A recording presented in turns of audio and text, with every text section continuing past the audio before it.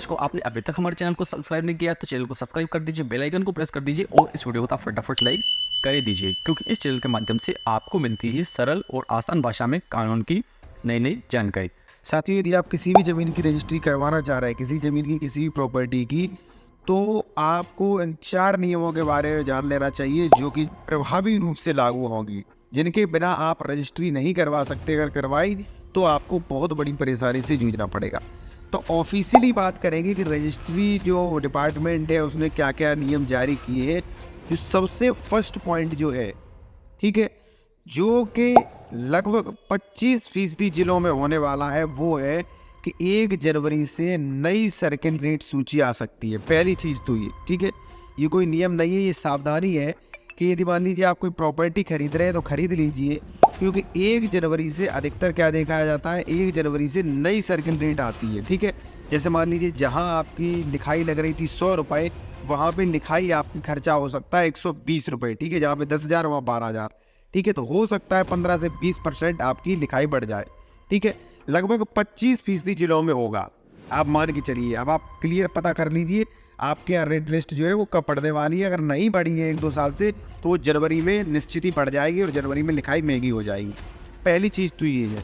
ठीक है, दूसरी चीज़ जो है साथियों वो ये है कि अब जो भी आप प्रॉपर्टी खरीदेंगे उसका भुगतान जो है वो आप नगद नहीं कर सकते, केवल 20,000 रुपये तक ही नगद कर सकते हैं। ठीक है, जैसा कि अभी कई जिलों में ऐसा प्रभावी है। यदि आप कोई भी प्रॉपर्टी खरीद रहे हैं तो वहाँ पे जो भी लेन देन है, जैसे मान लीजिए 8 लाख की प्रॉपर्टी खरीद रहे हैं आप, ठीक है, सर्किल रेट जैसे मान लीजिए 7 लाख रुपए है, तो वो 7 लाख रुपए जो है आपको बैंक द्वारा या आरटीजीएस से दिखवाएं, ठीक है, या आप चेक द्वारा दिखवाएं या आप डीडी द्वारा दिखवाएं, कैसे भी दिखवाएं, आपको वो लेन देन जो है वो नंबर 1 में दिखाना पड़ेगा, बैंक के द्वारा ही दिखाना पड़ेगा, तभी आपकी रजिस्ट्री होगी।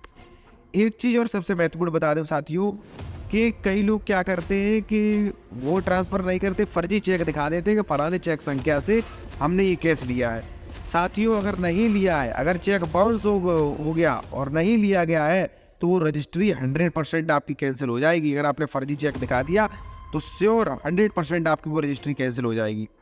इसलिए कोशिश करें, 100% कोशिश करिएगा कि जो भी आप प्रॉपर्टी खरीद रहे हैं उसका जो निर्धारित मूल्य है वो आप बैंक द्वारा ही दें, चाहे आरटीजीएस, चाहे आप वो उससे जो भी चेक है उससे दे सकते हैं। ठीक है, ये 2 नियम हो गए सबसे ज़रूरी।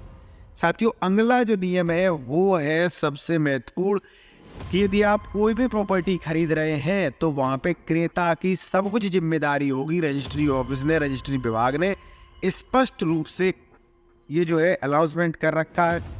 जब आप उनकी वेबसाइट पे जाएंगे, स्पष्ट उन्होंने पूरी गाइडलाइंस जारी कर दी है, अभी ही कर दी है। आपकी जिम्मेदारी और भी बढ़ेगी।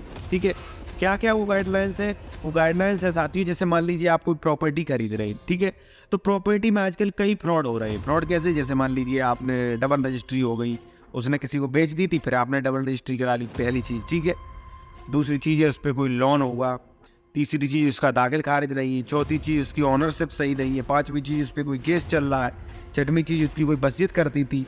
तो साथियों, ये जो भी समस्याएं हैं, जो भी ऐसे फ्रॉड हैं, वो फ्रॉड देखना, उनकी जांच पड़ताल करना स्वयं आपकी जिम्मेदारी होगी। ये स्पष्ट रूप से कह दिया गया है। और जो प्रॉपर्टी ट्रांसफ़र एक्ट सेक्शन 3 जो है वो भी स्पष्ट रूप से कहता है कि आप प्रॉपर्टी खरीदने जा रहे हैं तो उसके डॉक्यूमेंट्स वेरीफाई करिए, आपकी जिम्मेदारी है। ठीक है, चलिए अब जान लेते हैं साथियों जो रजिस्ट्री ऑफिस ने ऑफिशियल नोटिफिकेशन सामान्य जानकारी दी है वो।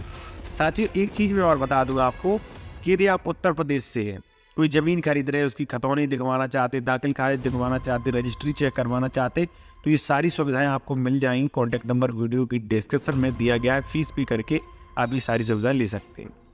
साथियों, यहाँ पे आप देखिए, पहला, विक्रेता को संबंधित संपत्ति का स्वामित्व यदि किसी पंजीकृत लेख अथवा न्यायालय के आदेश या अन्य किसी विधिक प्रक्रिया के द्वारा प्राप्त हुआ है तो क्रेता यानी कि जो जमीन खरीदा है वो वह स्वामित्व संबंधी अभिलेखों की प्रति विक्रेता से प्राप्त करे और उसका सत्यापन कर ली। ठीक है, जैसे मान लीजिए आप कोई जमीन खरीदने जा रहे हैं, ठीक है, उसने रजिस्ट्री दिखाई, भाई ये रजिस्ट्री हमारी, ठीक है, तो आप उसका सत्यापन करें कि ये जो रजिस्ट्री दी है ये सही है, इसमें जो रकबा डला है क्रेता विक्रेता गाटा संख्या वो सही है कि नहीं। आप कैसे करेंगे कि रजिस्ट्री ऑफिस में वही चीज़ लिखी है कि नहीं, ये जो हमने इसने मुझे दिखा दी है वही रजिस्ट्री ऑफिस में है कि नहीं, ये चेक करवा सकते, सत्यापन करवा सकते, ठीक है। या आप मेरे द्वारा ऑनलाइन भी करवा सकते सत्यापन, ठीक है।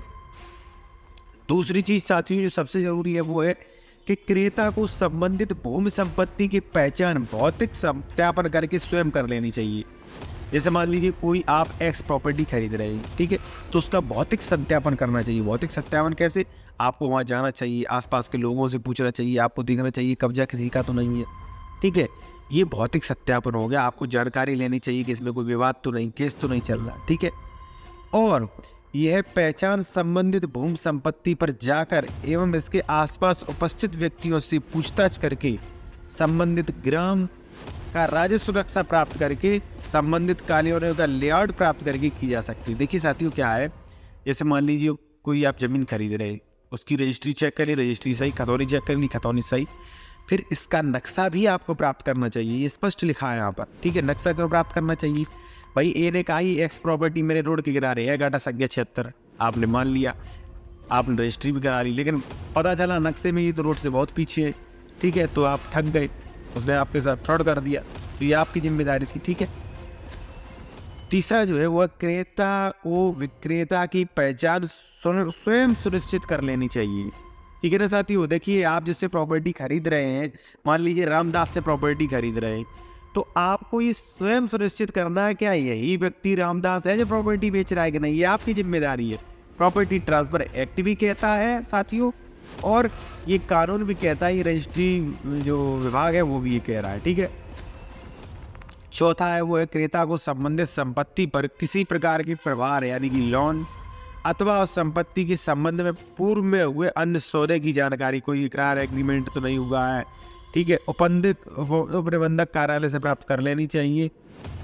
इसके लिए उपनिबंधक कार्यालय के नियमानुसार निर्धारित फीस की अदायगी देने के बाद आप पूरा जो है प्रोसेस ले सकते हैं।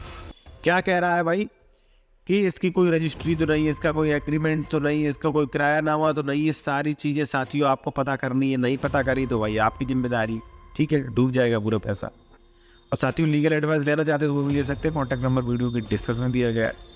विक्रेता का लास्ट देखिए 5, विक्रेता का यह दायित्व है कि वह अचल संपत्ति के स्वामित्व से संबंधित समस्त अभिलेखों की प्रतियां क्रेता को उपलब्ध करा दे। यानी कि जो जमीन बेच रहा है भाई, वो जो भी प्रतियां है, मान लीजिए रजिस्ट्री है भाई, उसकी फोटोकॉपी है, वो उसे जो भी मान लीजिए क्रेता जमीन खरीद रहा है उसे दे देनी चाहिए, क्योंकि वो वही उसकी जांच पड़ताल कर सके। तो साथियों ये थे नियम प्रभावी हो रहे हैं, कुछ नहीं हो रहे हैं, लेकिन 2024 से सख्ती से प्रभावी होंगे और अच्छी बात है, फ्रॉड नहीं हो सकेगा।